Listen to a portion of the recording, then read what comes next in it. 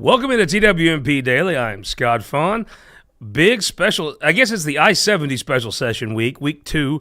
House is in town now, but with big news coming out, there is a new chairman of the Missouri Freedom Caucus, and that chairman is our guest here, Senator Nick Schroer. Senator Schroer, welcome to TWMP Daily. Yeah, thanks for having me on. All right, what's the hat say? I think this is the girl dad hat. I've got two Nice. girls, ages 10 and Nice. 7. I know you've got a daughter too, I so do. man, the best thing that ever happened in my life, which when I was a young single guy, never thought, having kids would be the best thing ever, but wouldn't trade it for the world. And of all the jobs and duties that I have for my constituents and for the companies I work for, this is the best one, being a dad. My little girl saved my life in so many ways, having her. First of all, I got to say, congratulations on, I think, what has to be, from a Republican standpoint, a successful session. I did a lot of interviews prior to session starting.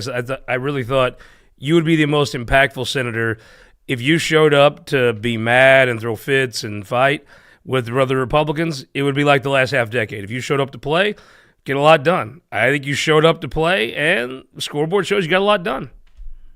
Yeah, the regular session, I think, even though there were some bills I disagreed with, there Sure. were some bills that we had to navigate the process of, do we stand up and kill all of the stuff that we disagree with, or do we build those relationships to say, hey, I'm against it, I'm going to try to make it better with an amendment, but I do need you moving forward for the crime bill, for cutting income Yeah. taxes, for school choice. Yeah, and I think, finally having a governor that stood strong on fighting crime, especially in the city of St. Louis, that's spreading into our communities, for school choice. I mean, there are a lot of issues that we agree on, and that's what I don't want to get lost in all of this mess with the special session. This is a big one that we disagree on, and you and I were talking offline. I haven't met a single person in my district, Republican or Democrat, that thinks funding these special projects for the Kansas City Chiefs and Royals, and even being able to tap into it from the Cardinals or Blues perspective, is the right use of our taxpayer dollars. But So but I don't want to even bury the lead here. The yeah, lead is that there is a new chairman of the Missouri Freedom Caucus, and that chairman is you. Tell me how that came about. well, looking at a special session, the Freedom Caucus took a position that we are going to be a hard no on any stadium deal unless it came with tax relief for all Missourians. Started week off with Monday meeting with leadership and the governor's office and thinking that we were going to have a path on a couple different deals. That fell through. Wednesday, had some great conversations with the Democrats, who I think we were on the goal line of some actual tax relief, actual tax cuts on the income tax. And then this deal came out of nowhere that I was pretty vocal about. That I thought that even though there was some good teeth to it to provide some tax freezes, due to how it was concocted, it was unlawful. It was unconstitutional. Um, Equal protection, special laws. There's so many different issues with that provision. And then late last minute, I think it was in 2 a.m. timeline, I'm already voting no on the package, but I think that it differed to some of the Republicans that were voting for it, from the language that was in the amendment to the language that got into the substitute. So the Okay. blowback from the grassroots and the blowback from just people back at home and voters around the state caused a discussion within the Freedom Caucus. Nobody's attacking Rick Bratton. Nobody's attacking Brad Hudson. I firmly believe in my heart of hearts they thought that this deal was going to be a good one, and they Walk, still walk do. me They through the still, walk me through the process, though. And this is where I've always thought, even being in you guys caucus all the time as Republicans. I've always thought, in the old Senate, you really had 34 caucuses, right? If you want to pass some, you have 33 conversations. You guys got together and said we're a hard no on stadiums. I wasn't particularly surprised by that. Um, did Senator Hudson and Bratton, were they in on being a hard no? yeah, it was unanimous across the board. So you put out a statement that says we're hard no's. At some point in that, I guess Senators Bratton and Hudson felt like the offer on the table was good enough that they felt like it was tax relief for their constituents enough, right? Well, and that's the biggest question. Senator Schnelting and I both said that this isn't a gimme. It's going to the vote of the people, and it's only going to be in so many districts. It's only going to be in so many counties, which I believe will be unlawful if challenged. And talking to enough of the first responders and teachers groups back in my district, it will be challenged if it Sure. makes it to the finish line. And I think the likelihood of it being attached to that bill once it comes out of court is very slim. So the fact of it being a tax freeze that could go to the voters at some point in time, and I think it's been moved to an April ballot instead of November. And we all know from covering these April elections, Sure. 8 to 10% at best are showing up. Do It's you not a think this will slam dunk. pass in St. Charles County on an April ballot? I'd be No, pessimistic. I I don't don't either. think so. It is. And, It and is. one of the things There's that no bigger contrast in this state than the April electorate to the November electorate than in St. Charles County. It is if you want to look at the real differences, it's becoming that way in Cole County. We're seeing, but St. Charles County is the first place I saw almost a night and day difference between the April and November electorate. Yeah, and that's one of the things that some of the Republicans that I spoke with who thought this was a good deal. And I'm still trying to figure out what happened. I don't want to throw anybody, not Sure. necessarily under the bus, but I don't want to say somebody did this when I wasn't part of the discussion. I was on the dais, and our good friends in leadership, we thought that we were going into an actual caucus of all the Republicans to discuss this language. And then it got rolled in late in the or early in the morning, I guess you could say. It got rolled into a substitute, and they just went from there. So So yeah, right now, nobody's. if I'm looking, you have yourself, Senator Schnelting from St. Charles. The other two senators I'm looking on the website is Senator Hudson and Senator Bratton. Is that the four members in the state senate? Yes. So half of the members were for the deal, half weren't. Which again, to me, it's very hard to be in a caucus if you're a state senator because you have so many levers and so much power and so many things to move around. I would think it's hard to have a position for four. Are they both still in the Freedom Caucus? Are they considered members Yeah. still? Absolutely. So tell me what Absolutely. your role as the chair was going to look like. It's going to be doing what we've done this year. Like we had mentioned, the regular session. There were a lot of good discussions, a lot of good negotiations for Amendment 3 fixes, for the crime bill, for some tax relief. But it's going to be, at the tip of the spear, making sure that we are working with the Kehoe administration to zero out income tax, actually get income tax to his desk, actually get some real relief when it comes to education choice. I know we've kind of moved the needle a little bit here and there in the past couple of years, but we need more broad based. We need to make sure that everybody is treated equally when it comes to the education for their kids. And look, if we need to stand and fight on the line when some issues like the stadium deal are coming forward to make sure we're protecting not only the Constitution, but our people's best interest, we're going to do that as well. So when they were working on this, I thought Joe Nicola personally had a pretty damn good idea. I mean, I don't. I think property taxes are just out of control. To me, public education's biggest enemy isn't charter schools. It's when the public figures out those skyrocketing property taxes are going to fund the schools. They're going to come out pissed at somebody, and probably them. Were there ever a talk for you and Senator Snelting to be part of voting yes? Well, that was initially when we discussed with the Democrats a plan to help get them more tornado relief, put some restraints on there so, Megan Green and her cronies can't just spend it on woke projects. We were discussing at that time actually cutting down the income tax, bringing it to around 4%, getting rid of the floor, because as of right now, with different triggers, the income tax can continue to go down, but there's a floor right there. We would remove that floor. So as long as the revenue is coming in, like we've seen in the past couple Yeah. of years with these income taxes, that it would eventually get to zero. So there was a path for you to vote for this. It was just going to take a lot of hoops, right? Yeah, and there were different iterations that we kicked around. And essentially, never say never in politics, because if we're able to get rid of personal property tax, that might be a deal that my constituents would absolutely trade off on. How pissed But off is Joe Nicola today that his idea is in effect for most of the state, just not him? well, I think he's very upset. I And would be too. I think Speaker Patterson should be upset too that certain areas around him may have if this thing stays up in court, may have the opportunity to vote on Oh, the house freezing. rolled you guys. Come on. John Patterson's rolling into this town, the kingfish. I mean, all the projects they killed in 19, there was no ramifications for the Senate from the Senate. Yep. They said, "Thank you, sir. May I have another?" You PQ the Democrats twice. There no ramifications. Thank you, sir. May I have another? This is, I mean, the special session was overwhelmingly won by the House. Assuming they passed the bill. I mean, if you're the House, you walk in and think those we finally tamed those suckers in the Senate. Yeah, it's something that I didn't vote for 19. I think all of the excessive spending Sure, was not something that I could stand for. So seeing it shot down in the way that it was a little frustrating. But seeing it shot down and saving those taxpayer sure. dollars, look, let's start cutting. That's what we need to do as a state, especially if we're going to start cutting taxes. We need to start cutting spending. So But no, I did. I thought that there would be a bigger fight, and when a lot of yeah, the key allies instead there was no fight, either not even from the Democrats. yeah, they silently voted no or they voted in favor of it, it left a lot of people, including myself, scratching our head.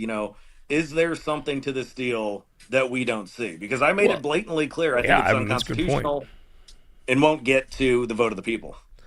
If I'm the House, I pass this with a big smile and take my victory lap and say, "See you losers in September." I mean, the Senate was highly irrelevant in this whole process. Yeah, kind of asleep at the wheel, it almost seems. And yeah, in hindsight, should we have done more? Should we have stood in the way? Um, and I think that's why I've been elevated to the chairman of the Freedom Caucus, because a lot of people were frustrated at how it all transpired. But End of the looking day, back though, at it, you could have led a group. I mean, I think the three Democrats. I mean, Stephen Weber at the end of the day got his 50 million. He was one of the few winners out of the Senate. You could have led a group to filibuster this, right? It's got to be tough, right? Walk me through your thoughts as now the chair of the Freedom Caucus. You're in the dais, but if you wanted to get off, you could have went and filibustered this agreement. There was a sense when it was going to pass. You could kind of, it's like a funnel. You saw everything kind of come into a head. What goes through your mind in the balancing test of, okay, I'm just going to go filibuster this, and I'm probably going to have a lot of help, or I'm just going to vote no and let this go. How do you what's that balancing test like? well, I think the balancing for me, at least, and I don't want to speak for Senator Yeah. Schnelting, but he and I have had discussions because he was coming to the dais, making sure a non-severability clause was on it. Look, it's all or nothing. Either the people get a chance to vote on this thing, or it all goes by the wayside, and we start from scratch. And part of the balancing act for me was, look, I don't think this is a good deal. But if my brothers, Rick Bratton, Brad Hudson, and others who voted for this thing thought this was a good deal, then maybe I not, tick off everybody and go out there Yeah. and filibuster and kill what they think is a good deal. So it's always a balancing act. It's always a chess game in the Senate. There was, it felt to me like the actual stadium plan did not have that many actual votes. It felt like Mike Kehoe's endorsement of it and his willingness to go work the halls is what really brought, what'd you get, 12 Republicans? Of those 12 Republicans, I would say 9 were probably folks that were voting for something Mike Kehoe approved of. Am I wrong? Yeah, I think his influence had a lot to do with it getting across the finish line. But were you? I mean, when you left session, right? You left session PQing the Democrats twice. There was a lot of talk about all the things they were going to do, right? You thought, well, are they going to really remember this 7 months from now? Are they going to be that mad? And I've watched these before. Usually the answer is no, if you want the truth. Then I thought, well, you're bringing them back 2 weeks from now. Those sure as hell going to be mad. I mean, the red ass isn't going to have gone away in 2 weeks. I didn't see any red ass. Did you? I saw towards the beginning of it that technical session when the quorum call Sure. was noted, and Slick that's move. You where I got to thought admit, as it. an attorney and as a legislator, slick Oh, move on absolutely, their part. Good for them. absolutely. So, Good for with that them. being said, I think it kind of calmed everyone's nerves, forcing us in the same rooms. And look, some of my best friends up there are people that I disagree with a Sure. lot of the time. It's like being at home all the time and thinking, here's where we're going to spend money, and instead we see Amazon boxes coming in, or Chick-fil-A, whatever it may be. So you disagree with the people that you love, but it makes you better. And I started to see Republicans and Democrats saying, okay, let's move on from this. And I applaud everybody for their professionalism. But the way that it did go down towards the end, and this is a question that I have for all the parties involved, because I was on the dais. And Scott, to your point earlier, I tried to get off the dais. I tried to ask different legislators as they're walking by, hey, can you pop up here for at least half hour so I can figure out what the hell's going on? You didn't ask the lieutenant governor? Nobody, I'm just kidding. the lieutenant governor at 2 a.m, I don't know I'm where just he would kidding. have been. But the long story short, this is why we're going to have to slow things down next year and start looking at every single bill, because case in point, there are several members who thought this deal would be voted on a November ballot, and that there was a non-severability clause on there. And I've seen on social media, and I've heard from several legislators that they are ticked off because they don't know how it got stripped out in the final minutes. So I'm trying to get down to the brass tacks of how did this happen. If the House wants to make it right, they put that back on there. It comes back over to the Senate. We'll see. We'll see how this week works. But I'm a little pessimistic as to your point, all right. the Let me House just ask did you roll the this: Senate. if they change this bill, are you going to sit on the sidelines again and vote no? To me, if they change this bill, they are just throwing chum in the water, and I don't know how you. I got to say, I trust Mike Kehoe's business acumen. He's created more jobs than I have. If he says it's a good deal for the state, I don't have the business experience to really say it's not. Now, philosophically, it's up to you. Have whatever your philosophy is. But as far as is this a good business deal for the state of Missouri, I don't have the business acumen that Mike Kehoe has. However, as a person that has does spend a little bit of time watching the Missouri legislature, if they amend this bill, it's Katie bar the door, right? Well, and it really depends. If this really went down how some people said it did, how unbeknownst to them things were stripped out. Again, all hearsay to me. Isn't but that on them, though? Isn't it, as a Missouri state senator? At the end of the day, for sure. Like, if you're a House member and they drop a floor sub or whatever they do over there, you can just get rolled. No one cares. But if you're a state senator and you don't feel as though you've read the bill, Mr. President, I'd like to read this bill publicly. I mean, Denny Hoskins, one of his best days in the Senate, he read line by line a big omnibus bill and found something that nobody else had caught. I mean, I think if you're a Missouri State senator and you don't know what's in you're voting on, go to the floor and read it out loud with everybody, right? I've seen you go to the floor and read through legislation with the sponsor, paragraph by paragraph. I don't have a lot of sympathy for people that don't know what's in the bill if you're a senator. You can go stop everything if you want to. Yeah, to play devil's advocate, even though it was 3 a.m. in the morning, if you had an interest in this, if you had part of a deal, it is up to you to make sure that is all squared away in the new substitute. But I think ultimately, I think we're going to get back to slowing things down and making sure that everybody has a full understanding of what's in these bills, what is the repercussions of this. And even though we had a good, successful year for the most part, it was fairly quick. And I think we need to reignite the discussions. I think a lot of this could have been resolved if, yes, at 2:45 in the morning, we would have stopped, slowed things down, gone into a caucus meeting to figure out, look, is this unconstitutional or not? But yeah, I'm curious. You're an attorney. Give me a prediction. Give me your Stein of Knowledge prediction. Is this thing going to pass court muster? No, not at all.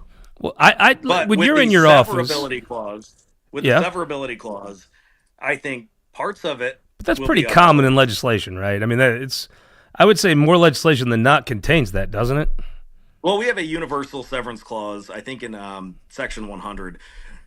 Most of the time, the courts don't necessarily hang their hat on that unless it's stuck within the bill. But here it was a little bit different because there was a non-severability clause put in here, and you don't normally see that. The non-severability clause would say, hey, if this tax deal that would go to the vote of 90-something counties, not all of them, and different hybrids for each one, if that doesn't get to the vote of the people, if it's not upheld, the entire thing is scrapped. And that's where I think the intent of the people who were voting for it, that was their balancing act. Like, hey, my people might have a shot to vote on this, but if it gets thrown out, the entire thing does. I mean, Stone County probably passes it, right? I think there are several counties. If you're in Stone County, it's almost like Camden County. As Stone County grows around the lake, I could see folks saying, cut my sales tax, because, I mean, a vast majority of Camden County, right, is second homes and boats and things of people that don't vote in Camden County. If I'm in Camden County, I might want a higher property tax and a lower sales tax. I mean, it might work for you at the end of the day. Yeah, I think at the end of the day, if this thing gets out of the courts, and mark my words, I don't think it will. If it gets to the ballots in April, I think you're going to have a less than 10 counties that will vote to freeze or cap Do you think their Chuck sales Hatfield should tax. send you all like chocolates and some beer to thank you for all the business you drum up for him? Man, that's a good one. That's a good one because look, several of us have been even Mike Moon, who gets a lot of heat for standing up and calling things into question, is spot on when it comes to a lot I of these agree. issues because Yep. when they get challenged, it's almost like I told you so. The Mike Moon could write a book all the times he was right on the floor. So I guess I view it when I'm setting up in the gallery, when you're sitting in your office, to me, if you're sitting in your office and you've got your phone system on, you can listen to the Senate while you're in there. If someone's just going through the bill, I don't view that as a filibuster. I No, view that as your job. Now, if you get into reading books and doing, I get it. But if you're just on, I don't, if someone took your piece of legislation, called you on the floor, and inquired of you and went through every paragraph, I don't view that as hostile to you. no, Scott, they do that all the time to Yeah. me And on I the don't see crime you getting bill. mad about it. I see you going through it. No, well, and when I think it is, when I think it's becoming a filibuster, like we saw on Senate Bill 54, I, carefully just said, "Hey, Yep. I'm glad to answer any questions. We keep going in a circle, but I'm not going to filibuster my own bill." Yeah. And I that's argue where I that. think that I think we all need to collectively understand that as fast as legislation is moving and the long-term effects that it can have, we do need to slow things down. That's what the Senate is there for, is the cooling saucer, the more deliberative body. And I think this next year we've all learned our lesson from special session. We need to stop and make sure that if you agree that an Oxford comma is going to be put in there, that it damn well better be in that final substitute. And if you don't understand it, walk through it. Point us in the right direction. It's not hostile by any means, but Nope. it's doing the job that the people of Missouri elected us to do. I mean, to me, it's not even that fine of a line. If you're inquiring, asking questions, making suggestions on the bill, I just think it's almost silly to consider that a filibuster. When Yeah. there are legitimate, certainly many legitimate filibusters. Going forward, I mean, the Freedom Caucus. It looks like I would think it would be hard to put out a statement that reflects the feelings of four senators, right? Even two sometimes. Hell, when you go as a Freedom Caucus, when you put out a statement, is that something that everybody gets to look at? Is that something that if it just quotes you as the policy? To me, I would think that I'm surprised there hasn't been more of these scenarios unfold because I just think it would be very hard to summarize four different senators' opinions at one time. Well, I think to that point, that was the leadership of Rick Bratton. And nobody's attacking him. Nobody's trying to tell him to get out of there from our Freedom Caucus perspective.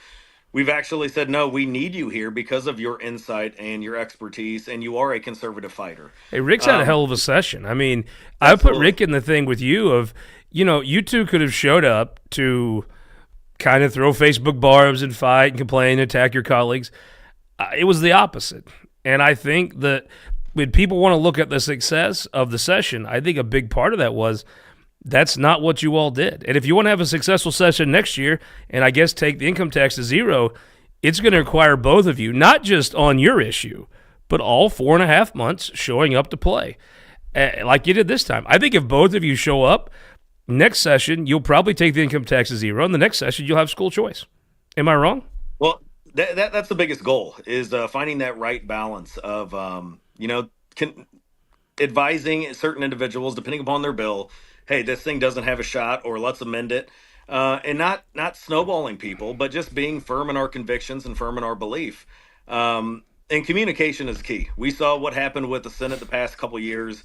There was zero communication when I got in there. There were certain times myself and Travis Fitzwater, Senator Fitzwater, would be banging down the door saying, let's have a caucus meeting. Let's stop having these fights on the floor and figure this thing out in caucus. And it just wasn't there.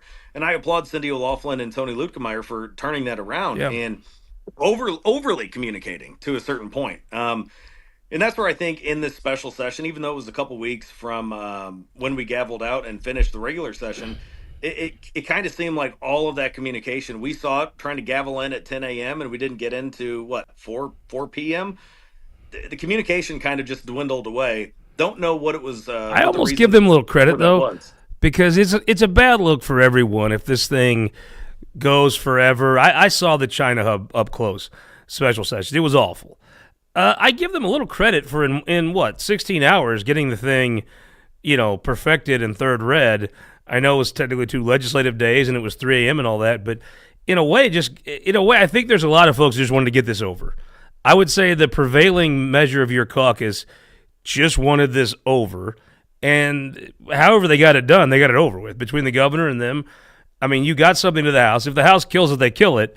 But you did get, I mean, in some ways, I credit leadership for getting a pretty unpopular measure done and over with.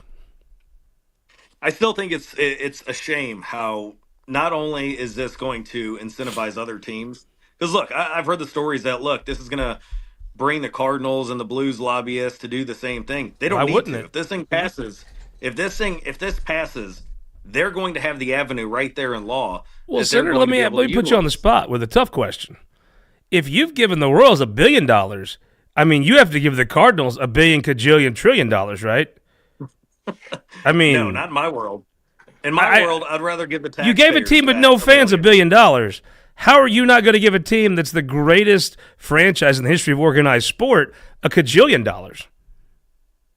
Well, I think we got to tap into what even states like Illinois are doing and tell them, look, if you want to expand your stadium, if you want to build new stadiums for sports teams, do it on your own dime. And it's unfortunate that I disagree with this bill adamantly. I disagree with the deal that was cut.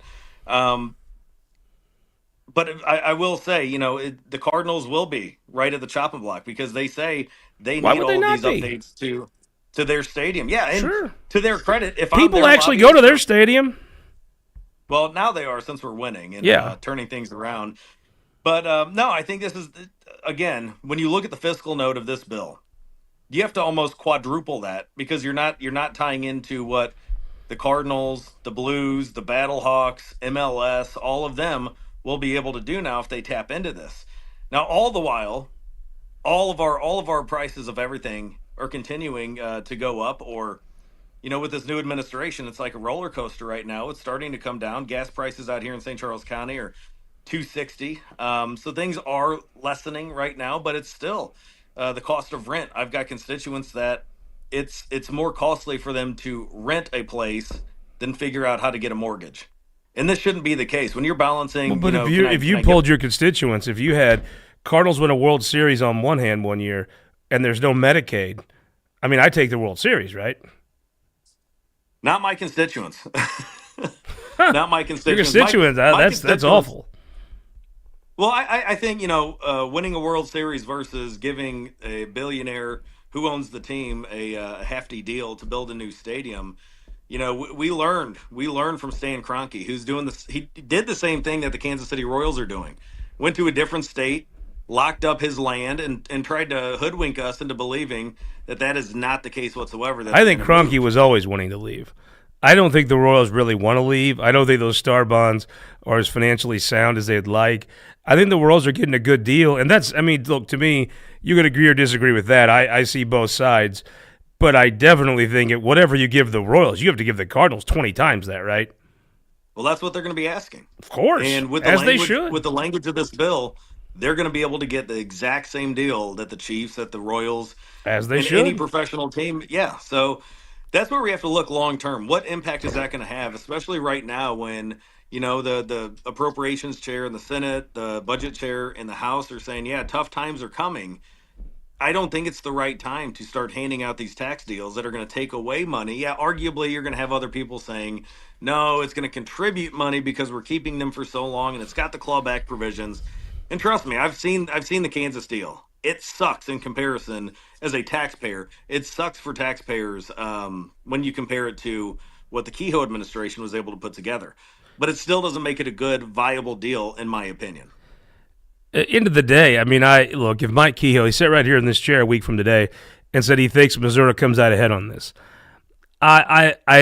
if he thinks that, I guess the pessimistic part is okay. You're down 20% of the deal. Worst case scenario, I think there is a value to having these teams. I'm not. There certainly is the Chiefs. I'm not sure there is a value to having the Royals, but theoretically, maybe there is. To me, it'll probably be a wash. But it's the politics is rough. It is a rough vote. I don't care how you add it up. You're at. I was at a thing in St. Louis on Thursday night. By the way, shout out to Niles. Terrific event. He had probably 200 plus people packed into the lodge at DePere. It was outstanding. He and I'll tell you, the Mark Cox from 97.1 and every single person there was foaming at the mouth over this. David Gregory got to be the hero because he voted against it. But I'm telling you, it was a rough room if you'd voted for this. That's how it is. That intensity, I don't think was manufactured. World.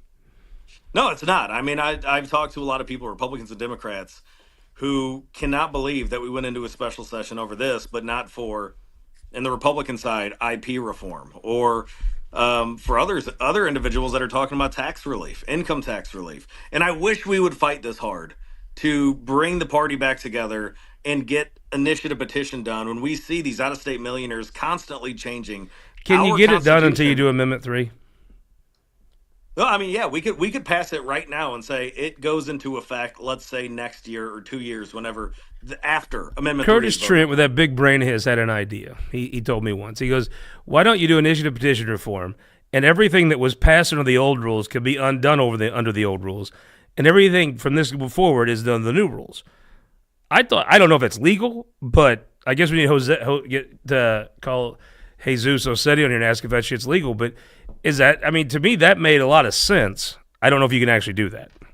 Well, I number one, I don't know if it is legal. It depends on how it would be written. But I still don't think that you'd get any of the Democrats on board. And I've had conversations with other Republicans saying, "Oh no, we can get this thing done in a bipartisan fashion." I just don't see that happening. I'm with you. I don't see that. Again, I think the Freedom Caucus may be taking a position on likely urging us to come back for initiative petition reform, as we're seeing all of these different ballot measures and initiatives popping up, getting signatures that will decimate our state if they're actually signed into law. I mean, you've got to. I mean, I hate to say this. I've always been a critic of the PQ, but if that's the response of the PQ, it certainly makes it hard to say, oh, you're going to really cause problems in the Senate if that's all there was. Well, and that's interesting because I've had talks with Tom Dempsey and others who have served where the PQ was utilized. And yeah, it's a rough week. It's a rough 2 weeks, but then things go back to normal. And when you look you had a rough motion. You had one rough motion. Yeah. I mean, it really wasn't it. I mean, there was just the tiger had no fangs.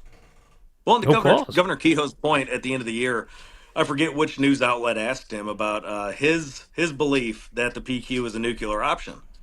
And he said to the media person that what I've said to the Democrats all year, look, if you guys keep going out there and filibustering every single thing, that is viewed as the nuclear option to Republicans. And the only way out of it on certain issues is utilizing the PQ. Do you think they really acted that way on Prop A? I mean, I don't. I get what you're saying, and I totally agree with you. I watched when he was in the Senate a very justified PQ on an abortion measure because the Democrats said, "Oh, our deal doesn't apply to special session." I watched what I thought was a very justified PQ. I watched a right to work PQ that made a lot of sense. I got why they did it. Blew up in their face like Wile E. Coyote. I think there was one more he was there for. I didn't feel like the Democrats were offering nothing on Prop A. I felt like they had some offers. There was some negotiations, right? I mean, they weren't just saying no, correct? Well, I, again, wasn't in the discussions on neither Prop was A, I. So, but talking to some of the different small businesses, one deal. Well, Prop A is terrible. Awful. Yeah, absolutely. Well, and even the deals to appease some of the small business owners, it was to the detriment of other small business owners, and that's where I think some of the issues popping up, trying to find a deal that was palatable for everyone, just resulted in nothing at all. I've always said we should build a wall We should build a wall on the river, but it's on the Mississippi River, on the western side to keep people like the Federalist Society, to keep the people that did Prop A, all of them out of Missouri. We'd be so much better off if they You kept don't like the Washington in Federalist Washington. Society? Come on. God, no. I think they're just a bunch of Ivy League elitists that shove people down your throats and don't even ask anyone in Missouri. I think they view Missouri as a thing to color in on a wall, and you're just a pawn they move around to whatever serves their Ivy League interest. I think the jobs of justice folks, well, if they're from Washington, Washington people do things to Missourians, not for Missourians. But I want to ask you before we go. I was in St. Louis this weekend. Watched some good baseball, by the way. Before I ask you this, gotta thank our sponsors, United Fiber up in the great Northwest, Senator Hageman would say, and then the Courtyard by Marriott. Nick, if you bring your family to town, if you're gonna bring your family, where do you put that wife of yours up? I'm putting her in a VRBO. Oh, he's lying. I'm a fiscal conservative. Nick's wife is not only the better half; she's the better 7/8 of that family, and he's putting her in the Courtyard by Marriott because he doesn't want to get in trouble. He wants to keep getting to come down here, and if she says no, he's got a problem. But I talked to some guys. They're in the FOP, but they're not on the board or anything. They're just cops, right? The excitement they had. I mean, these are cops. They don't.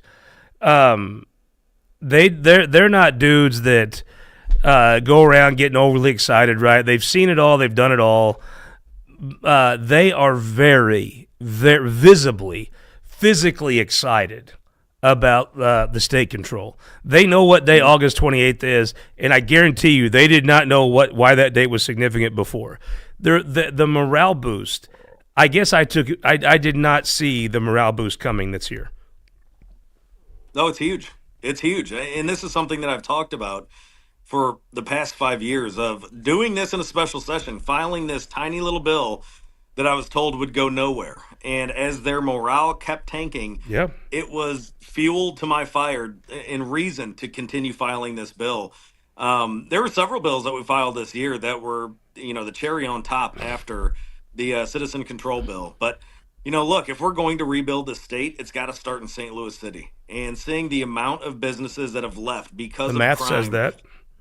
100%. So once we lock that down, once we lock down the public safety and start harnessing tax reform and education choice, we are going to see, just like has happened in Tennessee, just like has happened in Texas, if you build it, they will come. And if we build that safe environment for people, for business, our state will start making money once again. And I'm hopeful that we can get this done during my tenure. I tell you, I guess not being a St. Louisan, I just didn't quite understand how much they felt like the city administration was not only not that supportive, and whether this is true or not, I could tell you my focus group of about after I talked to two, I went and talked to two more, and we had a beer, and my focus group of city cops, again, these are not members of the FOP board. They're in the FOP. They go to the lodge twice a year, but they're not big time union guys. They're just cops, right? The feeling that they had that maybe City Hall was against them, not only not supporting them, but against them. Yeah. And the feeling they have now, I may have underestimated the effect that would have. They are so thrilled to go flood downtown and actually see some. I think they feel like this is their chance, their time to shine in a way that I truly did not. I didn't appreciate. And maybe you were talking to these folks, which is why you were so adamant about this. I knew the union guys felt that way, right? But sometimes I didn't know how representative Jay Schroer and Mark Bruns were of their members until I really talked to a lot of their members and saw these guys are right, man. There was a morale crisis, and these dudes are fired up now.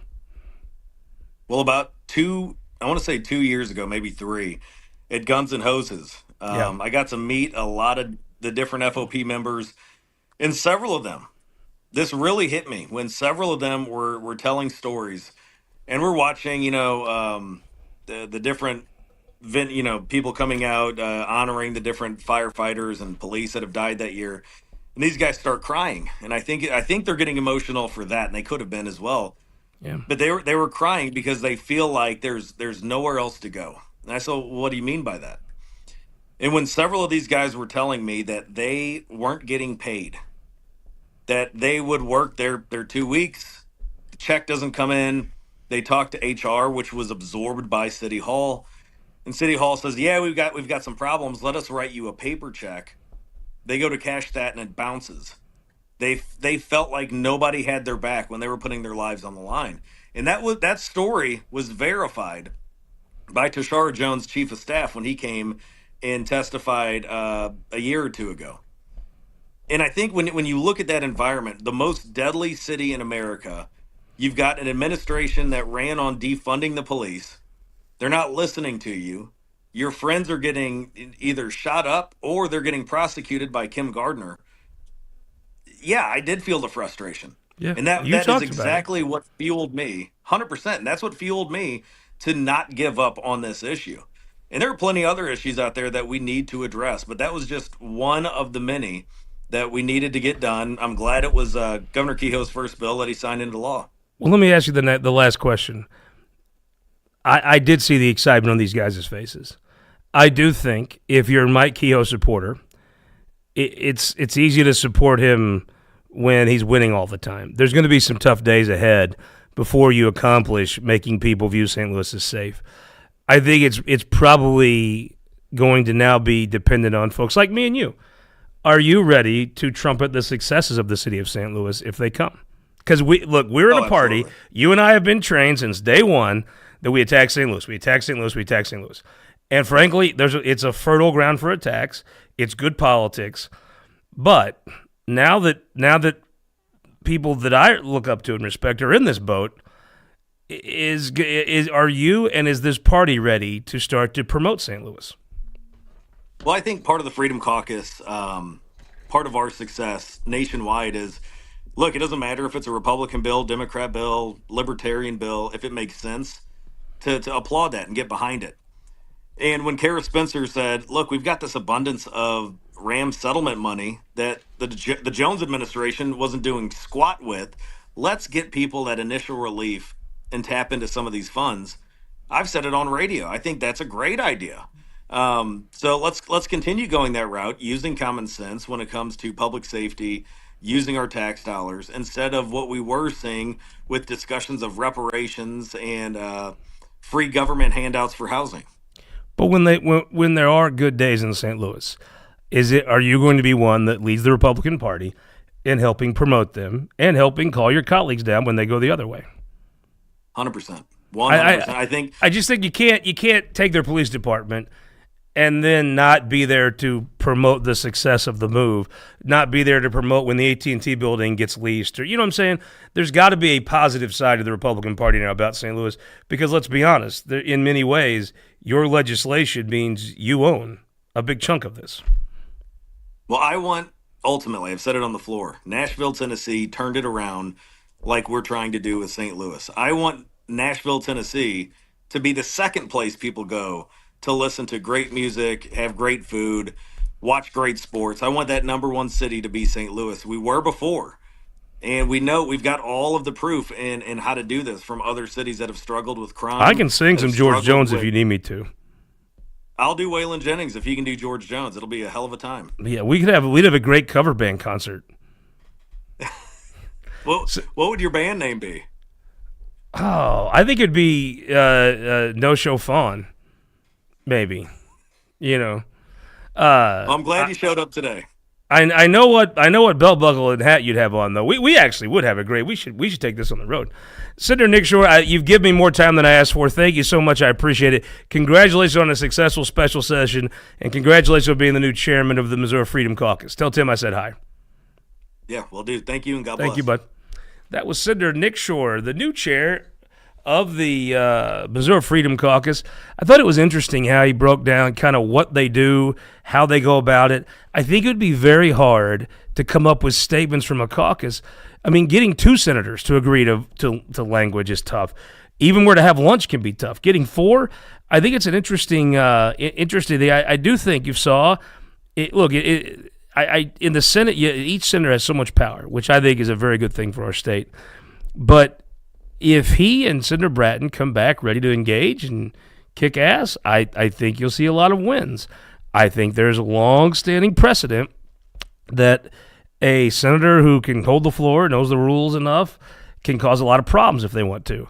The question I think will be, there's kind of there's two competing. I wouldn't call the other one a caucus, but you have good relationships with Senator Moon, Senator Carter, Senator Nicola, and now all that, on every bill can change a little here or there depending on the day or the month. But I wonder what Joe Nicola comes back to do. And I hope I can get over to Independence and interview him. If I'm him, I'm ticked off. If I'm Mike Kehoe, I'm like, yeah, I'm gonna win again. If I'm the Senate, I'm like, yeah, I probably left a lot on the table here, but let's just get this over with. If I'm the House, I'm like, you're damn right. We are driving the train now. We are the influencers. For Joe Nicola, probably a little pissed off. Kind of said so on the floor. So it's good. There's some interesting things. That's why politics is fun. We'll be back here later in the week with a couple of House members. We'll talk about special session and what will be a tough vote. But if the Democrats stay on board, probably one that's a little bit lopsided, kind of like it was during session. Thank you very much. We'll see you later this week here on TWMP Daily.